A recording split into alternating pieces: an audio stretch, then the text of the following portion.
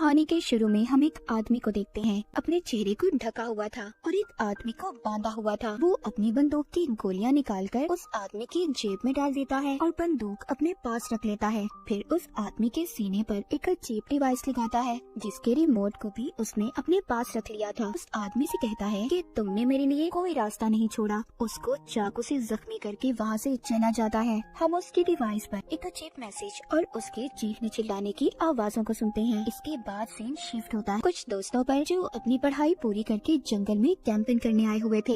यहाँ पर सब दोस्तों में कैटो जो सबसे ज्यादा बिगड़ा हुआ था। वहीं कैटो का दोस्त जो उसके उल्ट था, बिल्कुल सीधा। पर उसकी दोस्त ऐसी थी जो बेचारे पर हमेशा शक करती रहती थी कि उसका चक्कर किसी और लड़की के साथ है। हम यहाँ पर उनकी बातों में सबकी गहरी दोस्ती देखते हैं। इनके ग्रुप में एरिन थी जो सबसे ज्यादा मासूम थी और सबसे अलग रहा करती थी। जब एरिन बाथरूम के लिए झाड़ियों में जाती है, वही आदमी जो हमने कहानी के शुरू में देखा था वो एरिन को बेहोश कर देता है। जब एरिन को होश आता है, उसके साथ साथ सभी दोस्त एक अजीब सी जैकेट के साथ उठते हैं क्योंकि सबने अब जैकेट पहनी हुई थी और उस जैकेट पर एक टाइमर लगा हुआ था। करीब ही जब वो गैस सिलेंडर को देखते हैं तब इन्हें समझ आता है कि किसी ने इनको गैस से बेहोश कर दिया था और इनका यहाँ पर एक दोस्त भी गायब था। जब वो आदमी इनके सामने आता है तो इन्हें पता चलता है कि वो इनके स्कूल के साइंस टीचर थे और साथ ही साथ एरिन के दोस्त के डैड भी जो अब मर चुका था। वो बताते हैं कि जब मेरे बेटे की मौत हुई तो उनकी बीवी ने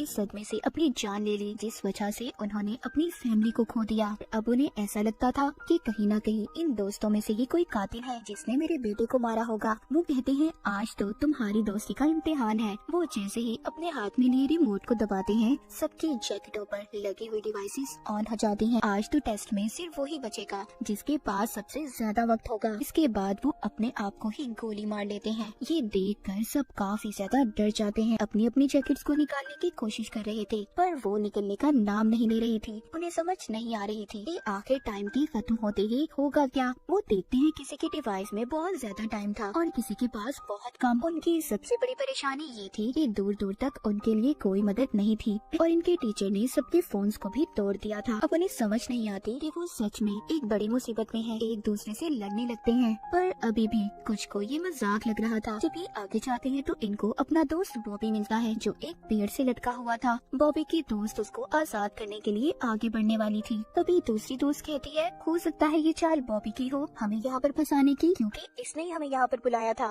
ये जरूर उस टीचर के साथ मिला हुआ है। ये सब सुनकर कुछ दोस्त बॉबी को छुड़ाने के हक में नहीं थे पर बॉबी उनसे बार बार कह रहा था कि प्लीज मेरी मदद करो। वो कहता है मैंने तुम सबसे अपनी एक बड़ी बीमारी को छुपाया था जो उस टीचर को पता चल गई थी। वो मुझको ब्लैकमेल करते थे, मेरे पास कोई और रास्ता नहीं था, इसलिए मैं तुम सबको यहाँ पर लाया। पर मुझे उनके इस प्लान के बारे में कुछ पता नहीं था कि वो हमें यहाँ पर कैसे फंसाएंगे। पर मैं तुम सबको इस डिवाइस के बारे में भी बताने के लिए तैयार हूँ अगर तुम मुझे खोल दो। अब उसकी दोस्त उस पर तरस खाकर उसे छुड़वा देते हैं। बॉबी आजाद होते ही सब पर चाकू से हमला कर देता है पर वो किसी को मार नहीं पाता और देखते ही देखते उसके डिवाइस में टाइम खत्म हो जाता है। सबके सामने वो ब्लास्ट हो गया था, फट जाता है, उसके जिस्म के टुकड़े टुकड़े हो जाते हैं। ये देखकर सब अपने अपने दोस्तों को लेकर भागते हैं। टेबल कैटो का दोस्त था जिसकी दोस्त उस पर अब भी शक कर रही थी। वो उसके साथ जाने से भी मना कर देती है। कैटो का दोस्त अकेला ही कैंप में वापस आता है। वो उस टीचर की बंदूक को भी अपने पास रख लेता है ये सोचकर कि शायद ही उसके काम आ जाए। इसके बाद हम एक और दोस्त को देखते हैं जो काफी ज्यादा घबराया हुआ था क्योंकि उसका टाइम अब खत्म हो चुका था। वो अपने दोस्त से कहता है प्लीज मुझसे दूर रहो, कुछ देर बाद मैं भी मरने वाला हूँ।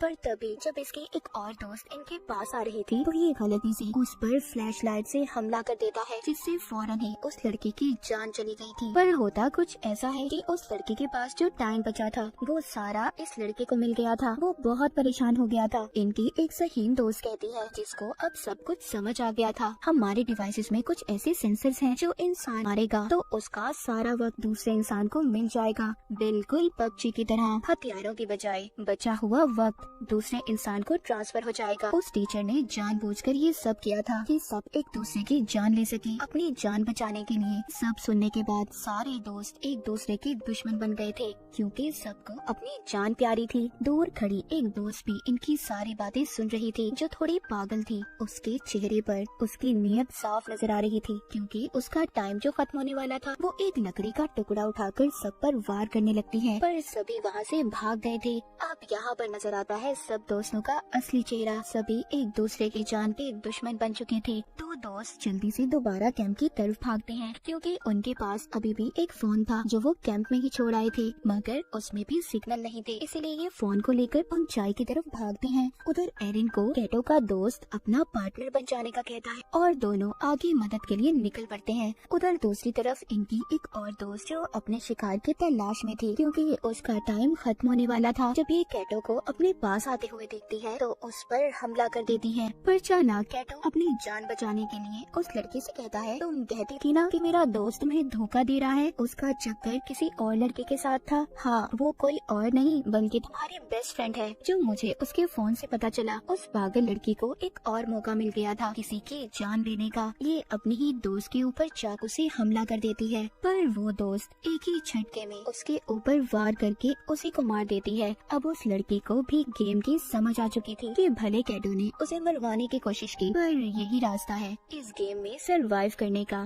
जिंदा रहने का। वो कैटो के साथ मिलकर टीम बना लेती है और दोनों सबका शिकार करने का प्लान बनाते हैं। उधर दूसरी तरफ जिन दोस्तों को फोन मिला था, अब वो लड़की अपने डैड को फोन करती है जो पुलिस ऑफिसर थे, पर उसकी कॉल नहीं लग रही थी। अब उसको शक होने लगा था कि कहीं उसके डैड भी किसी मुसीबत में ना हो। जब वो जीपीएस से लोकेशन पता करते हैं तो उससे पता चलता है कि उनके डैड कहीं आसपास ही थे। उधर दूसरी तरफ एरिन और उसके दोस्त को चलते हुए टीचर का वही शिकार मिलता है जो हमने कहानी के शुरू में देखा था, जिस आदमी को बांधकर उसने रखा हुआ था। ये आदमी कोई और नहीं बल्कि उस लड़की के डैड थे जो अपने डैड को कॉल कर रही थी। साइंस टीचर ये सब इनके साथ इसलिए कर रहा था, उसको अब भी ऐसा लगता था कि उसका बेटा किसी नशे से नहीं मरा बल्कि उसे जानबूझकर मारा गया है, और ये सब इन दोस्तों की पार्टी में हुआ था। उस लड़की के डैड को इसलिए मारा क्योंकि बिना छानबीन किए उन्होंने उसके बेटे के केस को बंद कर दिया था। यानी कि सच ये था कि इन्हीं के बीच में कोई कातिल है। उधर ही एरिन के दोस्त को बुलेट्स गोलियां भी मिलती हैं, जिसको उठाकर ये अपने पास रख लेता है। इनकी दोस्त के डैड मरने ही वाले थे, तभी एरिन का दोस्त बंदूक में गोलियां डालकर उन्हें मार देता है। एरिन को यकीन नहीं हो रहा था कि उसका दोस्त इतना बेदर्द भी हो सकता है। वो उसको समझाता है कि सब मैंने तुम्हारे लिए किया, क्योंकि वो ज्यादा देर जिंदा नहीं रहते,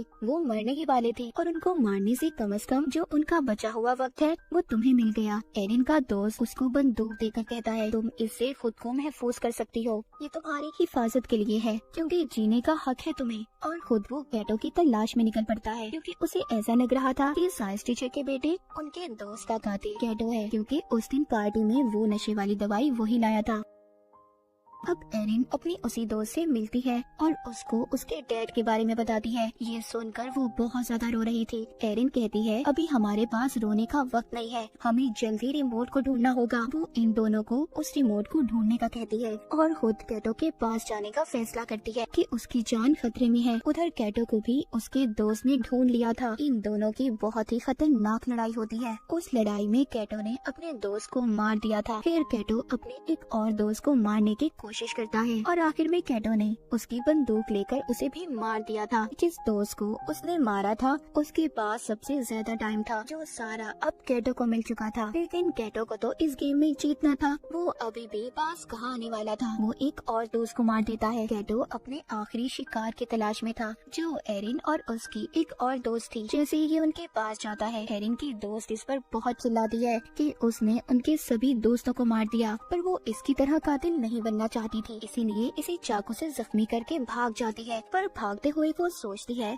कि अगर कैटो भी मर गया फिर भी तो इस गेम में एक ही बचेगा, इसीलिए वो अब एरिन को मारने की कोशिश करती है और उसकी तरफ बंदूक कर लेती है। यहाँ पर कहानी का सच तो कुछ और था। एरिन की दोस्त उसको बताती है, उस लड़के से मुझे बहुत नफरत थी, वो स्कूल में हमेशा मेरे से ज्यादा नंबर लेता था और उसकी वजह से मुझे स्कॉलरशिप भी नहीं मिली। उस दिन मैंने उसकी ड्रिंक में दवाई मिलाई थी, पर मैं ये नहीं जानती थी कि वो सच में मर जाएगा और मैंने ही अपने डैड से कहकर उसके केस को बंद करवा दिया। वो एरिन को बंदूक देकर कहती है, मुझे मार दो, जिंदा रहने का हक सिर्फ तुम्हें है। पर एरिन ऐसा करना नहीं चाहती थी। तभी पीछे से कैटो आ जाता है और एरिन की दोस्त पर हमला करके उसे मार देता है। एरिन की दोस्त की जान उसकी गोद में निकलती है। कैटो के पास एरिन से कम वक्त था और अगर उसे जिंदा रहना था तो उसे जल्दी एरिन की जान लेनी होगी। लेकिन वो यहाँ पर ये भी जानता था कि एरिन के अंदर इतनी हिम्मत नहीं है। बार बार वो एरिन को गोली चलाने पर उकसा रहा था। एरिन बहुत सोचती है पर उसे नहीं मारती। उसकी टांगों पर गोली मार के उसकी डिवाइस के हवाले छोड़ देती है। आखिर में कैटो भी ब्लास्ट होकर मर जाता है और एरिन इस गेम की विनर बन चुकी थी। उसने इस गेम को जीत लिया था। वो डिवाइस भी खुद ब खुद बंद हो जाती है। थोड़ी देर बाद सुबह हो गई थी। एरिन जंगल से बाहर निकलती है। उसको एक आदमी मिलता है जो अपनी गाड़ी पर था, पर एरिन का ऐसा हाल देखकर वो मदद करने से इनकार कर देता है। कहानी के आखिर में एरिन की हमें खतरनाक मुस्कुराहट को देखते हैं। इसी सस्पेंस के साथ ये कहानी यहीं पर खत्म हो जाती है।